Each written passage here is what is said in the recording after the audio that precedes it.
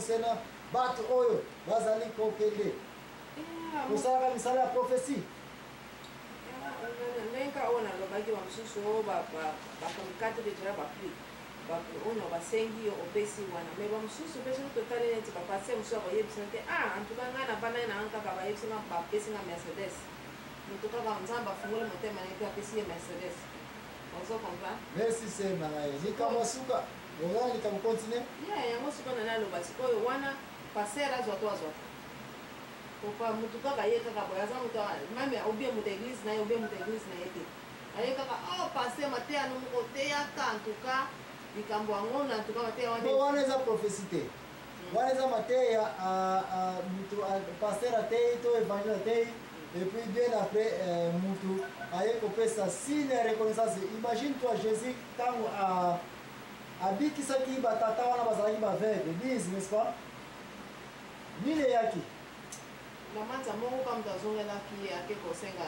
Tama bazongaki wana bazongaki batona bango basala nini? Bakene kosenga merci na. Bakene église kopesa action de grâce merci. Bakumba bibi bakado na bango bakene kopesa. Wana sema na eza na Bible eyebani ete soki mosale ya Nzambe. Abeni mutomate na ye. Na losambo na ye, na n'importe quoi. Sans que pasteur asenga. Mutu wana motema na yeso kwa kopesa mwana ndako ya Nzambe na église. Oui. Mais mosali nyonso azana ni futi na ye. Bible reconnaître yango. Kasi pasteur so commission lokola ba merita ka salaire na wana c'est na ngai oui ezali. Ezala prophète so ka sali musala na ya prophétie. Bobo jour wana jour ye. So ki Nzambe parce qu'un prophète encore une fois asolo kana Nzambe. Alors un message ya Nzambe. Mais surtout ce qui est intéressant, dans mon canal 1 Samuel 10:6 balobete quand on prophétise ko banga te molimo ya ngai Nzambe ko zala na yo. Nyonso ko lobanga na yo. Nyonso ko sala ngana na yo. Des places on a déjà ko profiter ko yesu te tia mona mutu. Ete batu mingi ba ko zo prophétie bazaba ko baba bazaba prophète pété. Ko zo prophétie ça n'a rien à voir aux qualifications prophète. Ba prophète pour qualifier comme prophète, miracle peut faire salement. Le prophète nyonso baza ko dans la Bible. À part les 12 derniers prophètes, Daniel, Ti Malaki, baza ba prophète baza ko pesa ka message, baza ko interpréter ba message. Mais comment on a présenté Daniel à la musaki bibembe. Daniel a salaki boya kanaki mbula, a salaki boya boya. Ba prophète ozo bena ba grand prophète. Même pas Daniel Tina Malaka, ba Joël, ba Naou, ba Osé, on sont des petits prophètes et Bible classés là. Mais ba prophète ba prophète ba Ézéchiel, ba prophète Esaïe, ba Moalane, ba Néhémie, ba sont des grands prophètes. Ba on okuta, ba si nous voyons que un prophète, miracle peut faire ça. Un prophète sans miracle, non le qualifié na titre prophète. Quels sont les anangos? Mais balabala c'est toi na bambaya prophète. Est-ce que pour ma bikulaka? Est-ce que potala wat makamu? Ou bien moi ça dit miracle bonne ça na vie na bango. Na yebi na ngaye comme des prophètes yebi na ville oyo ko yeba, na village oyo yeba, na région oyo yeba, na pays oyo yeba. Combien de prophètes baza officiellement que bazo ba licence ko opérer to na ba dire ba rilare ko prophète. Miracle bonne basala. Antumana na moniteur. Na mona na parce que total oya biso awa akamneso wana wati sikoni mo na salmete. Et il y a des prophètes, ce sont des prophètes, mais ce sont seulement des messagers. Ma personne aura un message spirituel et vous ne pas Nzambe.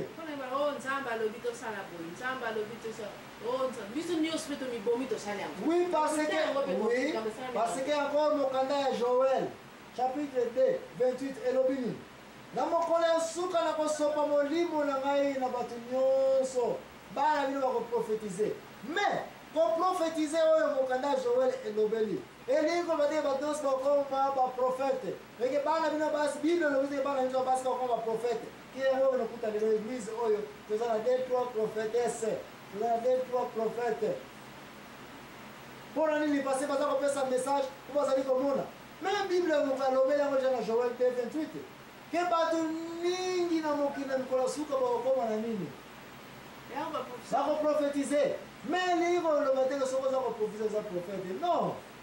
yango pe yaka chaque dimanche ou bien yaka nini baprophétie po prophétie eza message tolobeli yango deja prophétie signifie mutu azozwa makambo nzambe azoloba epuis aza kopesa yango encore une fois oui bamosusu chaque dimanche bamosusu chaque jour bamosusu chaque mercredi soki jour na wana mikulu yango wana bonayebi nanga na église na bino te me ngai na koyebi soki ake bato mosusu baéglise ezali oyo nakuta libaya deja bakoma mercredi jour ya mikululu elino bate mercredi kaka nde molimo ngo yaka yo répondre ngai nayebi nanga te bamosusu vendredi jour ya mibale ya kobikula elingi olobaki bagroupe mosusu baprofete bayaka na vendredi wana koya kobikula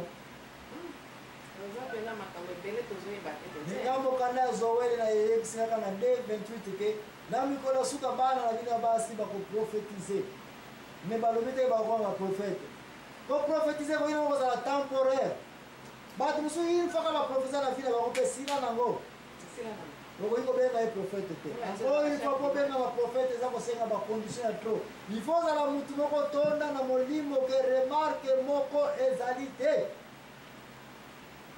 nani yango akoki kozala mokili sans remarke asi namona moko kuta azalaki te divorcé mais profete me tokolobela bato te tokoloba kaya bato te tozaka koloba ete un prophète po qualifié ke ozali prophète il faut miracle esalema or a partir ya daniel tina malakai kotika esi komona prophète te baprophète nyonso bazali me bamoni wa bapetit prophète kaka daniel azali konse comme petit prophète kaka ose petit prophète kaka abakuku petit prophète kaka basofoli nyonso bapetit prophète kaka mais question ezali est-ce que koprophétiser to prophète ezali don le plus supérieur réponse ezali oui ezali don le plus supérieur parce que bango bato baza kovanda na pembeni ya nani ya tata nzambe bango baza kozwa message ya nani ya nzambe bango baza kolibere yango na biso mais surtout bango baza na révélation na connaissance ya masuwe kamu basecret caché bango bato baza na don wana ya kokanga yango basekret caché yango nini okoya komona ete bible yango moko eza deja prophétie me banani bakoki koyeba révélation eza na kati ya bible nde question monene yango wana toza nango bible eza nini ser nanga prophétie so moto atunio yebisanga prophétie du jour keleka kotanga bible eloko nyonso kotanga na bible ndeko nanga ezali prophétie me question ezali bible oyo ekoki kopesa wana moto okendaka na n'importe quelle religion akotanga yango okendaka na mu okendaka na christianité okendaka na musulman okendaka na bouddhiste okendaka na n'importe quelle religion moto nyonso mabele opesi bible akoki kotanga yango o bible ezali nini prophétie mais question ezali est ce que moto nyonso akoki kotanga bible akoki koyeba révélation likambo atangi nde place wana toza koyebela nani azali prophète nde place wana révélation soko ozwi yango sele na ngai pesa merci na nzambe nde place wana koya komona jésus christ matuni question na bayekoli mpo na nini yo olingi koteya na masese na baproverbe réponse ni alobaki